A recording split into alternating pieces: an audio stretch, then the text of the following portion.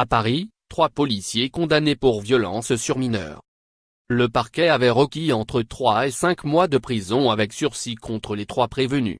Tous appartenaient à la brigade de soutien du quartier Reuilly-Montegalais, dans le 12e arrondissement.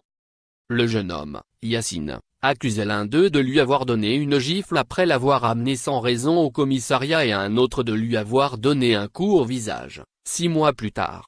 Julie, âgée de 14 ans au moment des faits, en juillet 2015, a raconté avoir été aspergée de gaz lacrymogène et frappée à la cuisse avec une matraque. Les policiers étaient intervenus parce que des jeunes écoutaient de la musique à un volume élevé sur la voie publique.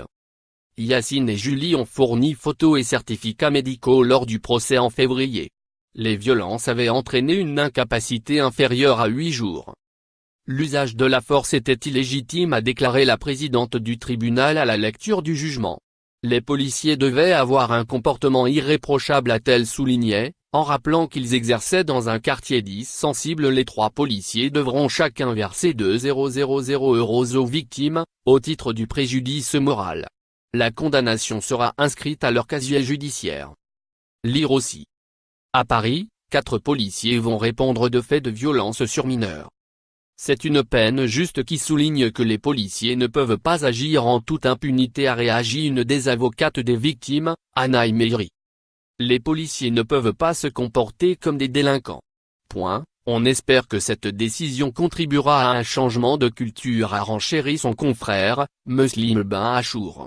Ce procès était celui de la violence ordinaire de la part de policiers qui devraient être là pour garantir les droits. Ces violences avaient été retenues par le parquet de Paris sur un ensemble de 44 faits dénoncés le 17 décembre 2015 par 18 mineurs et jeunes adultes dans une plainte collective visant 11 fonctionnaires de police. Il était question, entre autres, d'agressions verbales, physiques et sexuelles lors de contrôles d'identité, d'arrestations arbitraires ou de discrimination. Lire aussi. Des adolescents portent plainte pour violences policières.